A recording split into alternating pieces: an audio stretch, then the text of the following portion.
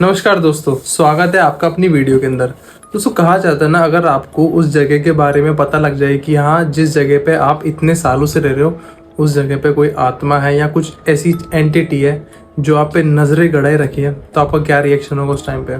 हाँ, ये सुनने के बाद में मुझे इतना पता है कि आप लोग वहाँ से छोड़ दोगे या कुछ बहाना करेंगे या कुछ भी एक्साइटेड, और पंडित को बुलाओगे, तांत्रिक को बुलाओगे या हवन ववन कराओगे। बट ये डिपेंड करता है आपके ऊपर। पर देखा जाए ना, आज के खाने में कुछ ऐसा है कि एक, आपने मुंबई के अंदर महिम तो सुना होगा ज़रूर। एक बहुत ही अच्छा इलाका है। कहा जाता है कि लोग बाग वहाँ पे पढ़ाई के लिए भी जाते हैं, मतलब जो लोग दूसरी जगह जाते हैं तो वहाँ पे कमरे लेते हैं रहने के लिए, और बहुत सारी बातें इन चीज़ों पे। अब आओ कहानी को स्टार्ट करते हैं। अगर आप इस चैनल पर नए हो ना, तो चैनल को लाइक करो, शेयर करो, सब्सक्राइब करो, और ऐसे इंटरेस्टिंग वीडियोस के लिए चैनल पे बने रहो। अब कहानी को स्टार्ट करते हैं। ये कहानी है प्रिया की, जो मेन कैरेक्टर है इस वीडियो का। प्रिया प्रिया एक तरीके से बहुत ही अच्छी, एक तरीके से अपने प्रोफेशनल में ड्राइंग कहते हैं ना, जो एक कैनवास पेंटिंग वो करती थी बहुत ही अच्छी तरीके से। कि यार मेरे को इन चीज़ों का शौक है। उसके घर के अंदर सब उसे उसकी तारीफ करते थे, और सोशल मीडिया के ऊपर भी उसके बहुत अच्छे फॉलोअर्स थे एक तरीके से। देखते ही देखते उसकी इतनी पेंटिंग्स अच्छी होने लग गई, ऑनलाइन बाय भी करने लग गए, सब कुछ अच्छी तरीके से उसकी पेंटिंग होने लग गई। अब क्या हुआ, एक बार की न्यूज़ आई उसके घर के अंदर थी, उसकी मौसी की तबीयत खराब हो गई। अब मौसी की तबीयत खराब हुई तो उसके घर वाले सोचे चलो मिल के आते हैं अपन। बट प्रिया प्रिया तो घर में अकेली होगी ना, तो अपन उसको इन्फॉर्म कर चलते कि बेटा हम जा रहे हैं, तो तू ध्यान रख लेना। तो उसके घर वाले उसके पास में गए प्रिया के, और उसे बताया, वो अपने कमरे में ड्राइंग कर रही थी कि प्रिया बेटा ऐसी बात है, आपकी मौसी की तबीयत खराब हो गई है, तो आज हम उनसे हॉस्पिटल मिलने जाएंगे, तो आप रात को बाहर बिल्कुल मत निकलना, मतलब ऊपर ही रहना, एक तरीके से बिल्कुल बाहर मत निकलना। तो सोचते यार, मुझे बाहर निकलने के लिए क्यों मना करके गए मेरे घर वाले आखिर, मतलब ऐसे तो, और मेरे दोस्त का घर तो सामने में, तो वैसे भी जा सकती हूँ, बट क्या है क्या नहीं, वो सब छोड़ो। अब उसके घर वाले चल रहा था उसकी मौसी से मिलने के लिए। अब प्रिया घर में अकेली थी। अब वो कहते ना, आखिर आप कितना ही करोगे उस काम को जिसमें आपकी लगन लगी रहती है, एक टाइम के बाद तो थोड़ा सा तो बोर होने लग जाओगे ना आप भी। तो पेंटिंग्स बनाती गई, फिर थोड़ा सा बोर होने लग गई। अब वो सोचती यार क्यों ना दिव्यांशी के घर पे चलते हैं। वो दिव्यांशी के घर चलती शाम के 6 बजे, जो सूरज ढल रहा था उसके बाद में वो दिव्यांशी के घर चलते हैं। अब दिव्यांशी के घर जाने के बाद में वो लोग दोनों इतनी सारी बातें करते, पहले तो हाय हेलो कर लेती, उससे फिर बात कर दी, यार दिव्यांशी यार मेरे घर पे कोई नहीं है, मेरी मौसी से मिलने के लिए गए मेरे घर वाले, तो आज अपन बैठ के गॉसिप करते, थोड़ी बहुत सारी बातें करते। तो वो सारी बातें करने के बाद में वो कहते हैं ना, एक बार आप अगर बात करना स्टार्ट कर दो ना, तो आपको पता नहीं चलता टाइम क्या हो रहा है। और बात करते करते, खाना खाते खाते, खेलते खेलते और सोशल मीडिया चलाते चलते उनको बज के रात के 1। अब प्रिया की नज़र गई घड़ी पे, वो देखती है रात के 1 बज गए। यार अगर मेरे घर वालों को पता लग गया कि मैं यहाँ पे आई हुई हूँ, तो वो तो मेरे को सच में बहुत बुरी एक तरीके से डांटेंगे यार, तो मैं चलती हूँ यहाँ पे। जैसे वो जाने लगती है ना, तो दिव्यांशु से कहती है कि यार तू पक्का श्योर है कि रात के 1 बजे तू जा रही है। तो बोलती नहीं यार, मुझे जाना होगा, मेरे घर वालों को पता नहीं ना कि मैं यहाँ पे आई हुई हूँ, उन्हें पता लग जाएगा तो मुझे बहुत डांटेंगे।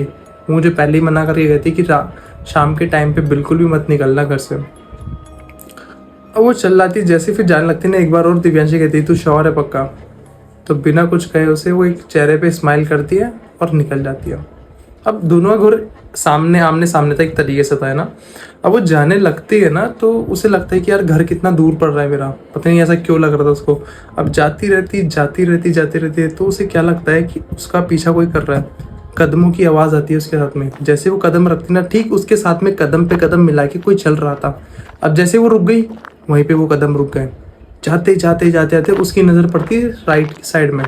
तो राइट साइड में एक कुआं बना हुआ था, एक तरीके से कुआं बना हुआ था। वो सोचती यार हम लोगों को आए हुए इतना टाइम हो गया, मतलब ज़्यादा भी नहीं, अभी हम रिसेंटली शिफ्ट हुए यहाँ पे, बट आज तक मेरी नज़र इस कुएं पे नहीं गई यार। आखिर क्या है इस कुएं में, क्या है क्या नहीं, देखना तो पड़ेगा। अब जैसे ही वो, मतलब एक तरीके से वो सोचती रहती, फिर उसको आवाज़ आती है पीछे से, उसी की आवाज़ में प्रिया, उसी की आवाज़ में उसको आवाज़ आती है पीछे से। अब जैसे ही पीछे मुड़ के देखती है ना वो, तो वो क्या देखती है, 50 साल की बूढ़ी औरत हाथ में टब ले रखी थी, छोटे वाला टब होता है ना पानी का, और उसके अंदर गीले कपड़े पड़े हुए थे। वो देखती यार आधी रात को ये औरत आखिर कपड़े धोने के लिए आई, वो भी कुएं के पास में। थोड़ा अजीब सा लगता है सुन के, वो भी इस टाइम के ऊपर। तो वो देखती रहती। जैसे पहले तो प्रिया सोचती कुएं के पास जाने के, पर वो औरत उससे पहले चल लाती है वहाँ पे कुएं के पास में। अब कुएं के पास चल लाती है वो औरत, कपड़े धोने लगती है। अब देखते देखते प्रिया कहती है उनको कि मैं आपकी कुछ हेल्प कर सकती हूँ, कि आपको कुछ हेल्प ज़रूरत है तो पानी वानी की, या फिर आधी रात को आप 1 बजे आखिर कपड़े धो रहे हो, कुछ दिक्कत थोड़ी ना आपके साथ में से। तो वो औरत प्रिया को टोटली पूरी तरीके से इग्नोर कर दी थी, फिर वापस अपने कपड़े धोने लग जाती है। अब देखते देखते प्रिया के सामने वो औरत उस कुएं के अंदर गिर जाती है। प्रिया शॉक हो जाती है, वो भागकर कुएं के पास जाती है और देखती रहती है। कुएं में कुछ नहीं था, बट पानी हिल रहा था और लाइट इतनी ज़्यादा नहीं थी, बस इतनी थी कि हाँ वो देख सकती है कि वहाँ पे कोई नहीं है। वहाँ पे कोई नहीं था कुएं के अंदर, बट पानी हिल रहा था। वो देखती रहती। क्या धीरे से कपड़ा उभर के आता है ऊपर, जो औरत ने कपड़े पहने वो उभर के आता है ऊपर। वो देख रही थी हाँ भाई कपड़ा अभी भी है। वो सोचती कि हाँ औरत इसमें है अभी भी, मैं जाती हूँ किसी को हेल्प के लिए बुला के लाती हूँ वहाँ से। वो सोचती कि दिव्यांशी घर पास में पड़ेगा, उसको बुला के लाती हूँ पहले तो मैं। वो भाग कर जाती है दिव्यांशी घर की तरफ। तो वो क्या देखती है, दिव्यांशी के जो घर के नीचे जो सीढ़ी है ना, वहाँ से उतरता है एक लड़का, उसके हाथ में फूल रहता है। वो देखती है उसको, फिर उस लड़के को सारी बात बताती है कि मेरे साथ में ऐसा वहाँ पे सारा ऐसी चीज़ हुई मेरे साथ में। तो वो जो लड़का था ना, वो सोचता है कि ये कहानी मैंने पहले भी सुन रखी है, कि क्या कह रही है चीज़ को। तो उसको पहले तो शांत करता है, काम डाउन, आप इतना घबराओ मत, बताओ मुझे क्या हुआ। तो फिर उसे ले जाती भगा कर, मतलब एक तरीके से भागते हुए दोनों चलाते हैं। वो रास्ते में भी सारी बात बताती रहती है, सारी की सारी जितनी A to Z उसके साथ में होता ना, जो भी अब तक सारी बातें बताती रहती है उस लड़के को। अब वहाँ पे जाने के बाद में, अब जैसे ही प्रिया इशारा करती है कुएं की तरफ, आप क्या मानोगे, वो कुआं पूरी तरीके से बंद पड़ा था, टोटली लॉक। एक तरीके से वो जंगले लगा देते ना अपन कुएं पे, लोहे की सरी टाइप के, वैसे था वो कुआं। उसमें पानी वानी कुछ भी नहीं था एक तरीके से, और वो पूरा लॉक था। मतलब उसके अंदर तो कोई गिर ही नहीं सकता, कोई सवाल ही पैदा नहीं था गिरने का। प्रिया शॉक हो जाती पूरी तरीके से।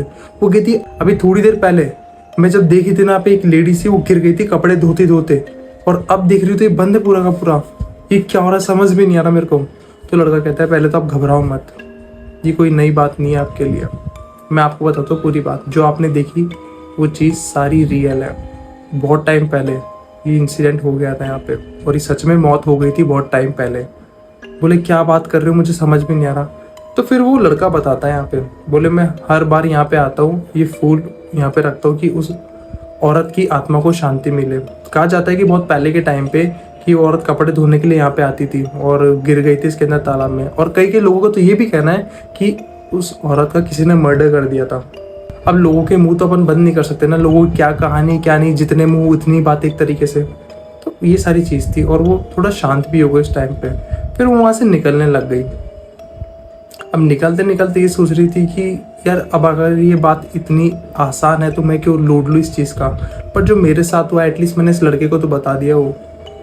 पर वो जो औरत थी ना, वो आज भी हर अमावस के दिन उस रात को वहाँ पे आती है, और ये सारी की सारी इंसिडेंट उस इंसान के साथ में होता है जो वो उसे देखता रहता है। क्योंकि वो औरत बताती है जिस दौर से मैं गुजरी हूँ ना, उस दौर से तुमको भी देखना पड़ेगा कि मैं कितना दर्द सही थी उस दिन, कितना दर्द था मेरे साथ में। ये सारी चीज़ें लड़का भी उसे बताता रहता पहले भी, उसके बाद में चल गई थी वो।